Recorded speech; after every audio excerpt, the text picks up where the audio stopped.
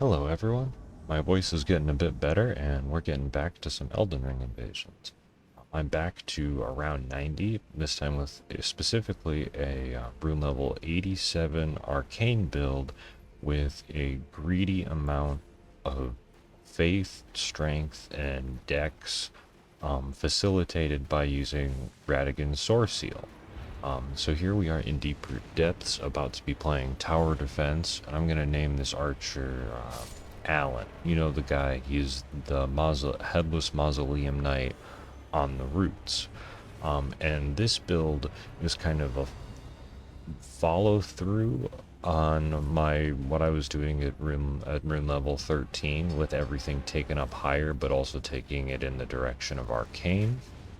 And the setup was kind of, again, following in vein of Lantern Friend, of having a Cult of the Second Death inspired build, but since I have some faith stuff on it, I'm calling this build the Golden Confidant, and I have the Inseparable Sword in my inventory and some other things that kind of make it like a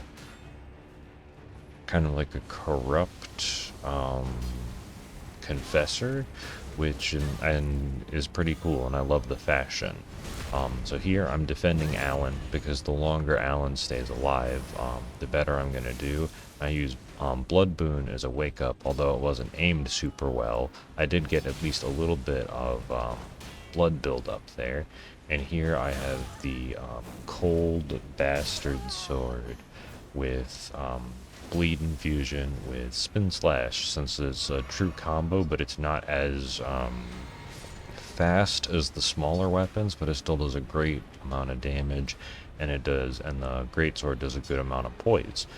And as we go through the video, I'll kind of say where the different benchmarks and where the different stats are. But as you can see, Alan is going to save me from eating a flame strike by nailing that guy with the great arrow in the face.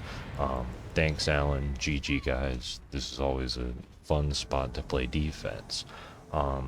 Here I actually originally spawned down by Castle Soul and shuffled my way up here to find I believe a solo TT host. They're not rune arced, and like they got good stuff. They've got a heavy thrusting sword, and interestingly enough, I think they have Shared Order as their Ash of War on it, so they can deal extra damage with the undead and that they stay dead, which is really smart for all the skeletons.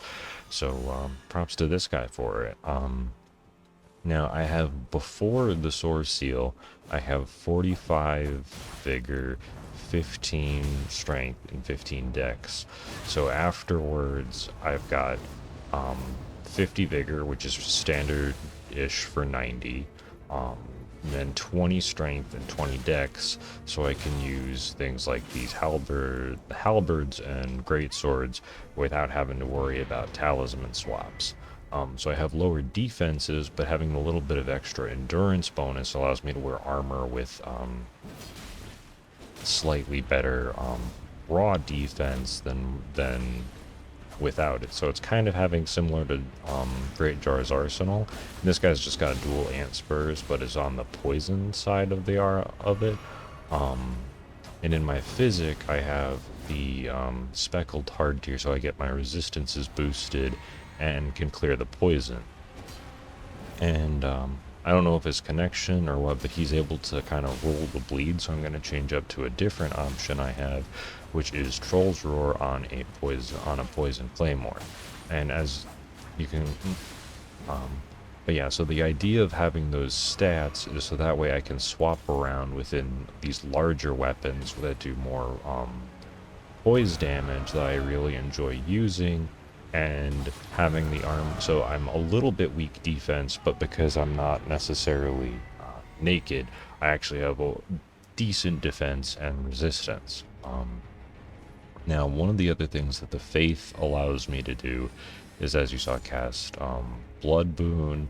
I have Dragon Claw, and I also have Dragon Ice. I have 23 Faith before any talismans, and that is so I can use the big Dragon Breath spells like Smaragd's and Borealis's Breath. However, I've just got Dragon Ice because it's I didn't want something with that crazy of a burst, and I can also free aim it a little bit better. So here I waited for these guys to try and see if I could separate them with Troll's Roar, sending one down to the flower, and also get the Clean Rot Knight involved, because these, just so I can make it a little bit easier in the 2v1. But as you can see, so that guy shot some eye gunk, nothing wrong with it, but it's a good area coverage. So I use my own area coverage back that has a little bit more range, and I'm able to take out the host with around 1,000 damage, I think, including the frost proc. So, yeah, GG guys, that was fun.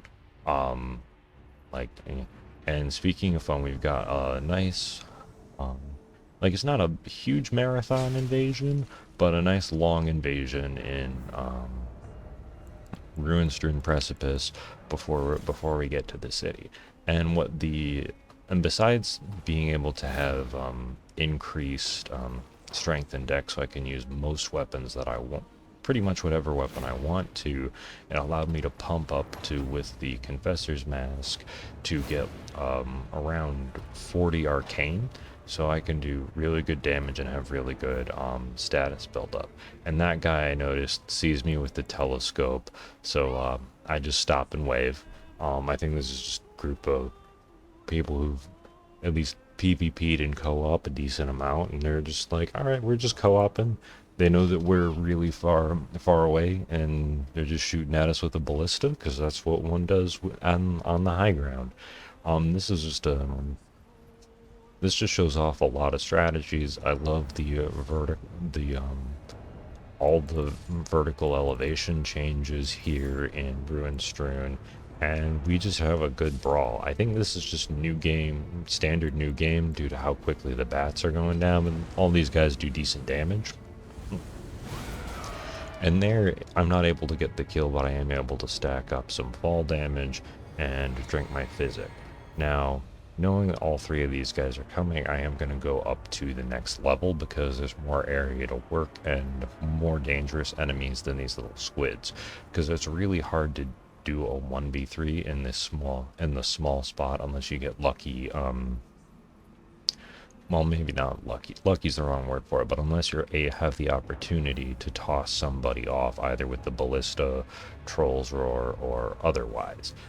And with the guy with the Golden Order spells, like, they can have someone stand back and chuck magic at me.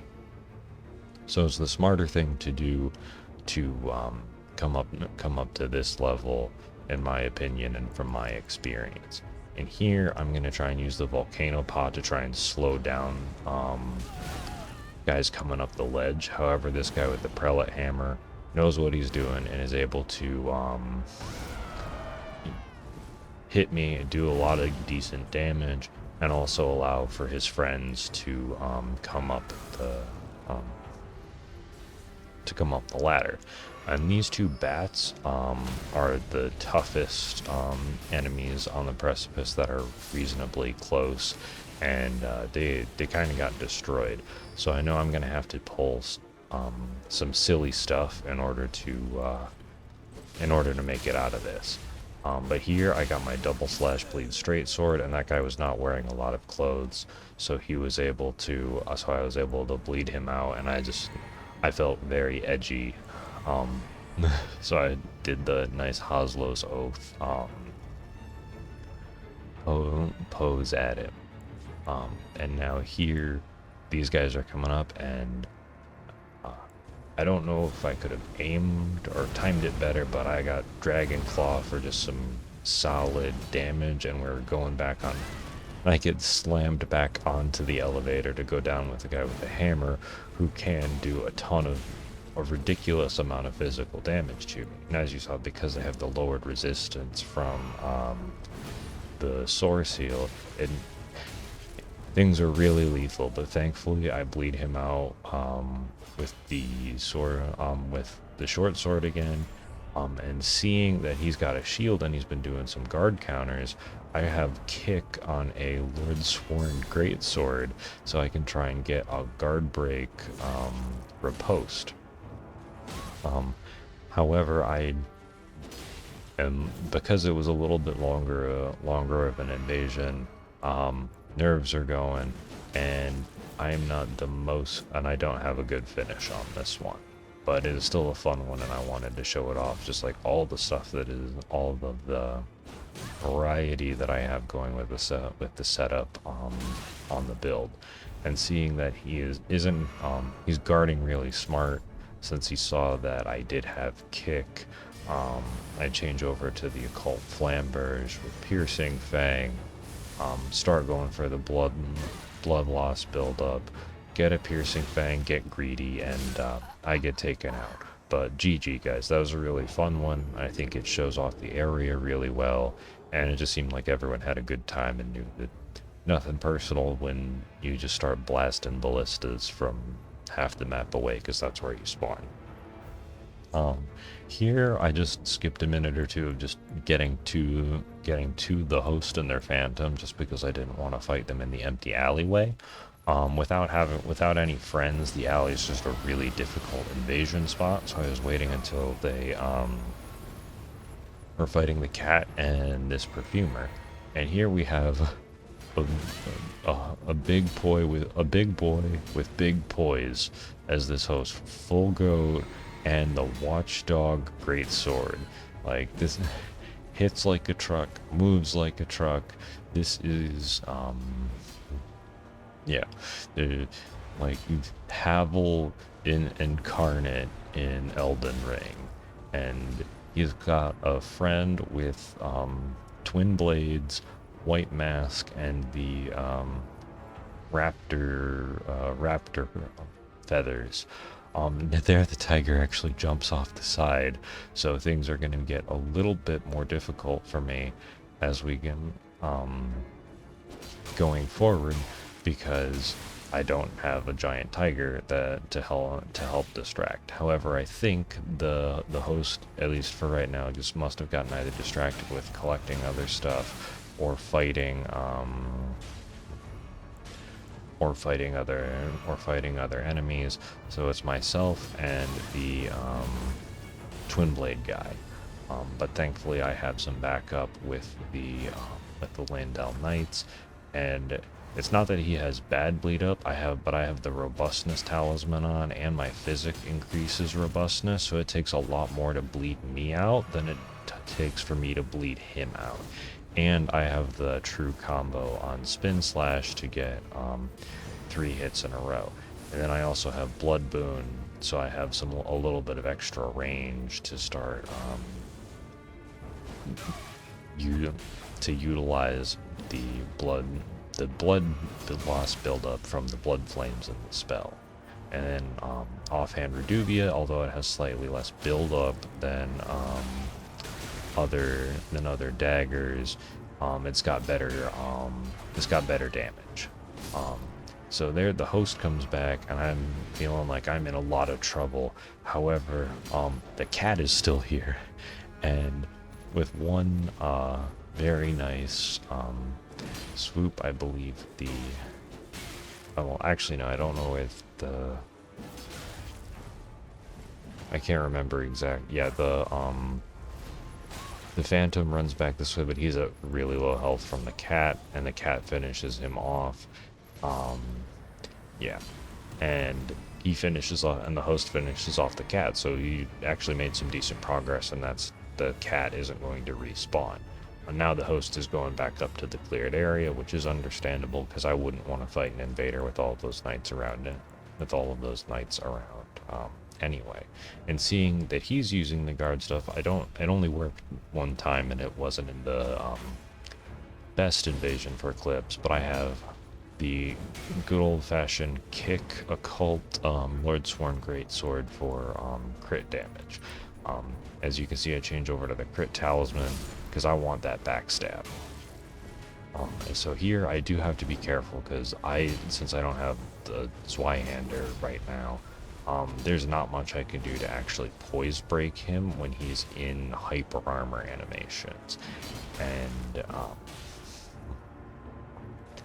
so with that, I know that I have to be very, very careful. And there I have a Poison Storm Blade S stock, but based off of how this is going, I'm just going for the big damage and don't want to accidentally get caught from a poke and then just get obliterated by by him having a large sword. And here, if I stay close, I'm able to get an attack off after get some attacks off after he finishes the 3-hit combo, which, as you can see, wasn't even interrupted by well, of course it wasn't interrupted by the arrows. And there he was just at enough space, and there you can see the free aim on the Frost Breath. Although I didn't get a kill, I got a lot of damage, and he does have the Frost status affliction, so I'm going to get more damage. And there, not exactly sure how that hitbox worked, but I did get bonked with Lion's Claw. Here, delayed heavy attack roll catch, and the finish. GG, guys. I hope you all enjoyed those invasions and enjoyed the new build. And happy DLC waiting. Have an awesome day, everybody. See ya.